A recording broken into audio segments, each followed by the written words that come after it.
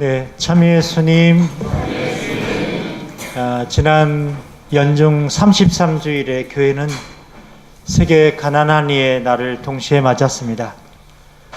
교종 프란치스코께서는 이러한 날의 가난한 의미를 새롭게 깨닫는 기회이자 무엇보다 더 가난한 이를 향한 시선을 하느님의 크신 사랑의 연대로 채워가야 함을 선수 실천하시면서 함께 동참하는 하루가 되기를 바라셨습니다.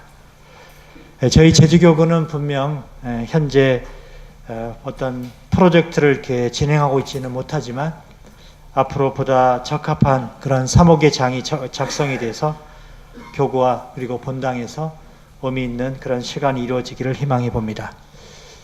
저는 이번 세계 가난한 이의 날을 맞아서 교구의 평의회장님과 또 여성연합 회장님과 함께 제주시 아라동에 있는 다솜 발달장애학교, 또 성산포의 동부사회복지관, 그리고 남은 지역의 살루시오의 집을 시간을 내어 다녀왔습니다.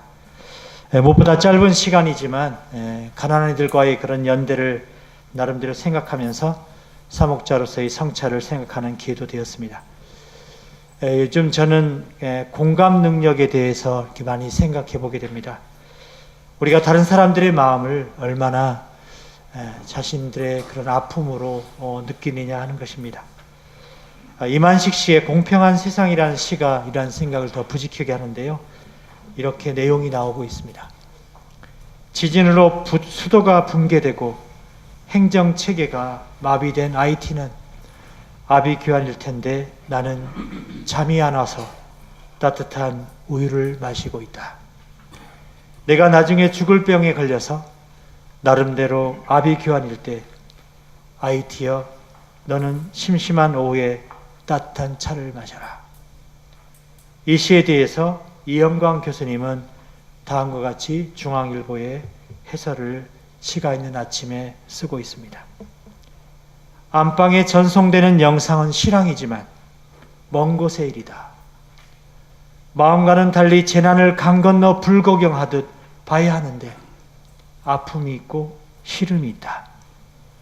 속수무책인 나는 나의 병을 상상으로 불러놓고 IT의 평온을 힘없이 응원해본다. 이 무력한 바람, 이 무력한 소갈이, 세상은 공평하지 않다. 이런 상상의 공평이 바람직하지도 않다. 그러나 이렇게라도 앓는 마음이 없는 세상은 상상하고 싶지 않다. 오늘 저희가 연중 34주간 월요일 아침 미사를 봉헌하면서 독서에는 요한묵시록을 읽었는데요. 14명 4천명이라는 내용이 나오고 있습니다. 하나님 안에 참된 기쁨과 행복의 주인공으로 확인되는 모습인데요. 이들이 걸어온 삶의 증거는 다 알다시피 어떤 박해와 시련에서도 하나님 사랑에 대한 공감의 훈련이었다고 생각합니다. 한마디로 공감 능력의 이대함을 보여준 흠없는 사람들이었다고 할 수 있습니다. 어릴 적 교과서에 태계 이황 선생님의 일화가 생각이 납니다. 손위의 형이 칼에 손을 베어 피가 나는 것을 본 그가 형의 고통을 느끼며 눈물을 흘렸다는 이야기입니다. 공감의 어떤 능력이 대단한 장면 중에 하나입니다. 또 예수님의 순환을 묵상하면서 눈물을 흘렸다는 여러 성인들의 이야기를 우리는 자주 접할 수 있습니다.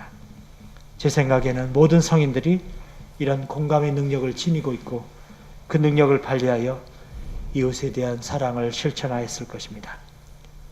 오늘의 우리에게 필요한 능력 가운데 가장 요긴한 것은 바로 이러한 공감 능력이라 생각합니다. 오늘 살아가는 우리가 공감 능력을 상실한 시대라는 생각을 지울 수 없기 때문입니다. 내가 믿는 하나님은 공감 능력이 정말 뛰어난 분입니다. 원래 하나님은 고통당할 수 없는 존재입니다만 나의 하나님은 다른 사람과 함께 고통을 겪으시는 분입니다.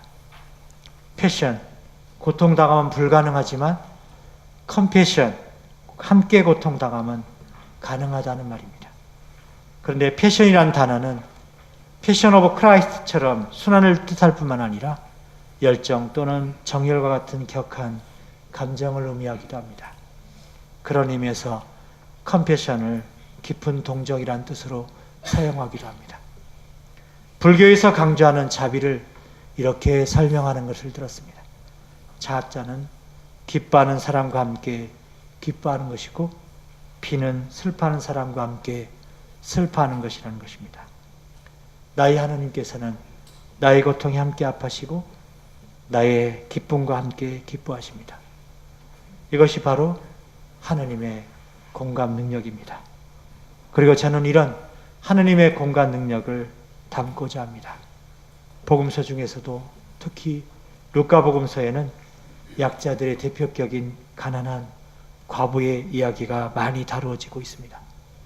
예수님의 탄생 시 구세주를 기다리던 과부 한나 이야기가 2장에 나오고 심한 기근에 구원받은 사렙타 마을의 과부 이야기가 4장에 나옵니다.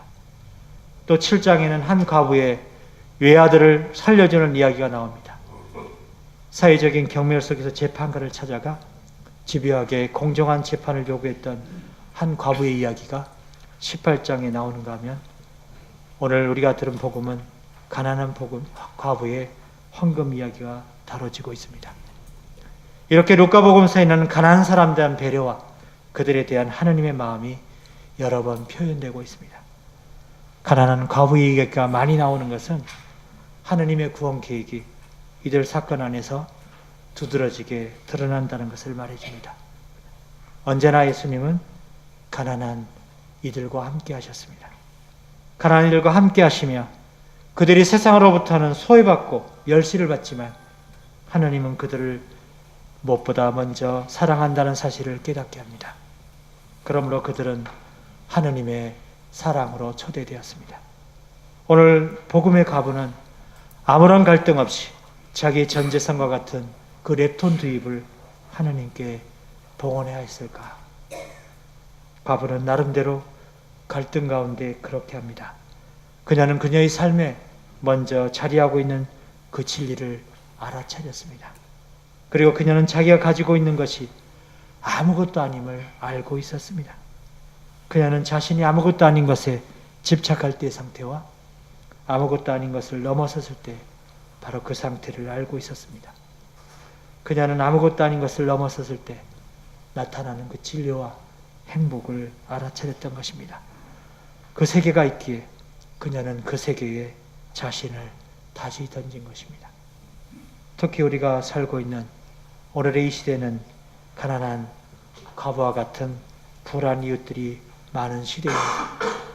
이혼한 가정도 많고 여러 가지 이유로 길거리에 방황하는 사람들이 늘어나고 있습니다. 그만큼 많은 가족들이 어머니의 생계로 살아가야 한다는 것을 이야기해 줍니다. 보다 더 정성이 깃든 나눔과 따뜻함이 어느 때보다 필요한 시점이라 생각됩니다. 프란치스코 교종께서는 올해 가난한 이날 담화에서 로마서 12장 15절에서 16절을 인용하고 있습니다. 기뻐하는 이들과 함께 기뻐하고 우는 이들과 함께 우십시오. 서로 뜻을 같이 하십시오.